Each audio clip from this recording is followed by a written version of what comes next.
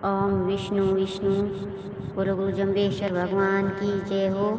विष्णु इस्मा जागृति मंच पर लगातार हमारी आदरणीय बहनों के द्वारा बहुत सुंदर सुंदर शब्दों पर भावार्थ सरलार्थ होते हैं। बहुत अच्छे तरीके से हर बहन बहुत सुंदर सुंदर ज्ञान देती हैं शब्द के प्रति। तो आज हमारा शब्द नंबर 110 है और सभी आदरणीय जन हमारे इस लाइव रात 9 बजे के प्रसारण में बहुत सारे आदरणीय जन जुड़ते हैं। तकरीबन 250, 200, 250 हर रोज आदरणीय जन जुड़ते हैं और बहुत ही सुंदर भाव से सुनते हैं। तो उन सभी का भी कोटि कोटि धन्यवाद।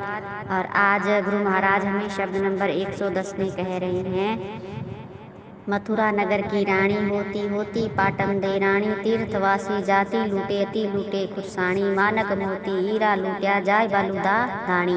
तो यहाँ पर गुरु महाराज हमें कर्म के बारे में आज गुरु महाराज हमें ज्ञान दे रहे हैं कि हम कर्म कैसे करने चाहिए। अगर उत्तम कर्म करते हैं, अच्छे कार्य करते हैं तो भगवान को मोक्ष की प्राप्ति भी पा सकते हैं। और अगर गलत कार्य करते हैं तो न जाने कितने जन्मों तक दुख सहना पड़ सकता है।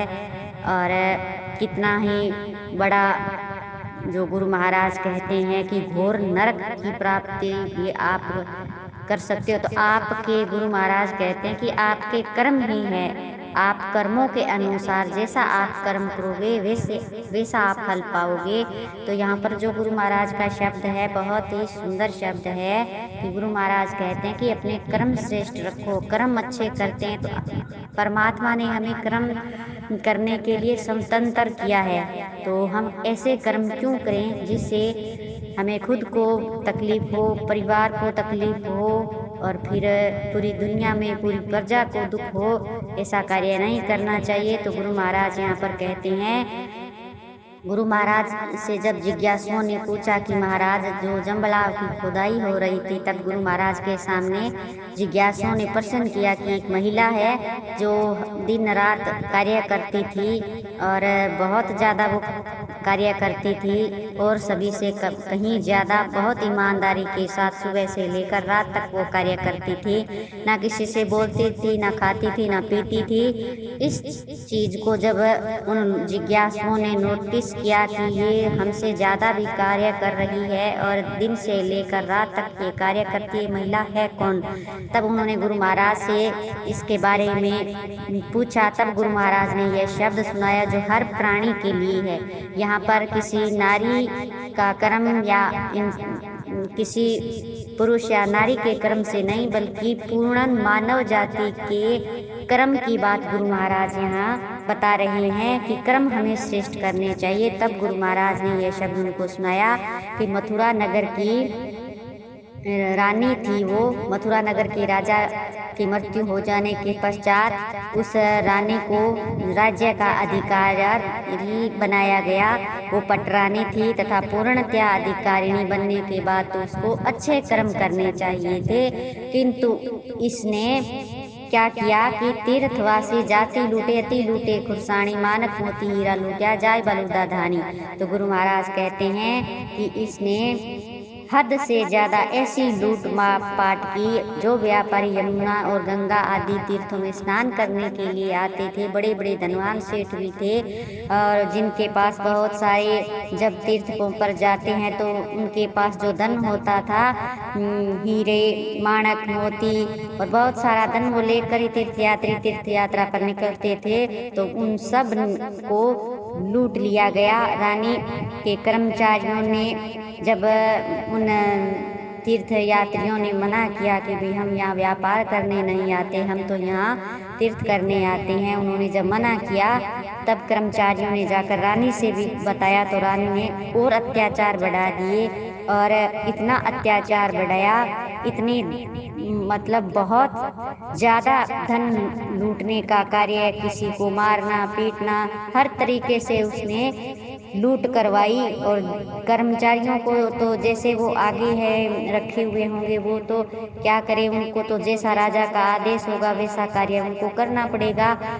लेकिन इस रानी को जो एक राज्य मिला था तो उस राज्य का जब अधिकार उसको मिला तो कोई भी राजा बनने के बाद उसको अधिकार होता है, राज्य जो सौंपा जाता है तब उसको भी शपथ दिलाई जाती है। तो अगर वो शपथ हमें ऐसे दिलाई जाती है कि हम भगवान को साक्षी मानकर अच्छे कर्म करने के लिए वो वचन लेते हैं कि हाँ हम अपने राज्य के लिए अच्छे कार्य करेंगे, अपनी प्रजा के लिए अच्छे कार्य करेंगे ताकि हमारी प्रजा है वो सुखी रहे। लेकिन उसने उल्टा बहुत जो लूट है हर तरीके की और गुरु महाराज कहते हैं कि उसने इतना बड़ा जो एक पाप का कर्म कमाया कि गुरु महाराज कहते हैं कि इसलिए कमले चूकी बचने हारी जी ओ गुंडाची ढोवे पानी विष्णु को दोष किशोरे पानी आपे खता कमाणी।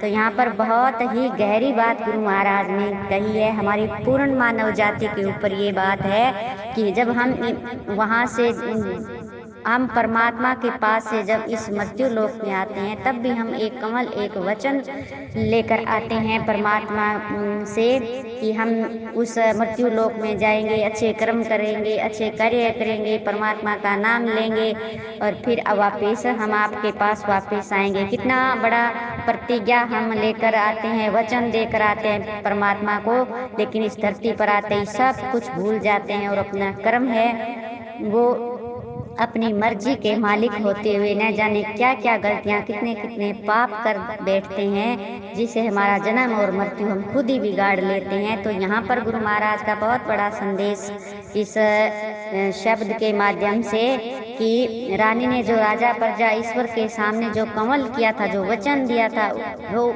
प्रजा को भलाई का वचन दिया था, उस प्रतिज्ञा था वचन कोई छोड़ चुकी थी जिस कारण से उसे जन्म में गधी की योनि मिली और कई बार जन्मते मरते अपने फल को भोगा। अंत समय में बूढ़े नामक आदमी के घर पर जन्म लेकर आई। वहाँ पर बूढ़ा नित्य प्रति उस खरी के पीठ पर ढांचे पर पानी के घड़े रखकर प्याऊ में पानी पिलाता था।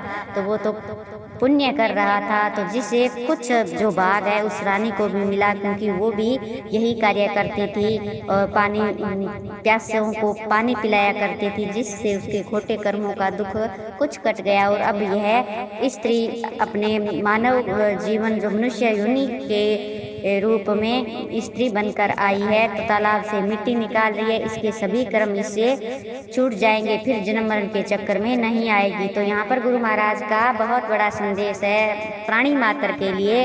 ये प्राणी, इसमें कोई भी विष्णु का दोष नहीं है। प्राणी अपने आप सद्मार्ग को छोड़कर दुष्कर्म करता है जिससे उसे स्वयं को ही फल भोगना पड़ता है। व्यक्ति सुख में कहता है कि मैंने किया और दुख में कहता है कि यह तो ईश्वर ने किया है। वह दोष ईश्वर पर लगाना जायज नहीं है क्योंकि लोग ईश्वर पर ही दोष लगाते हैं, लेकिन खुद ये नहीं सोचते कि परमात्मा ने हमें कर्म करने के लिए स्वतंत्र किया, तो कर्म हम अपना खुद ही करते हैं।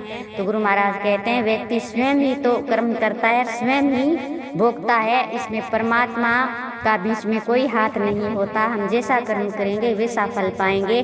बोलो गुरु जम्बेश्वर भगवान की जय।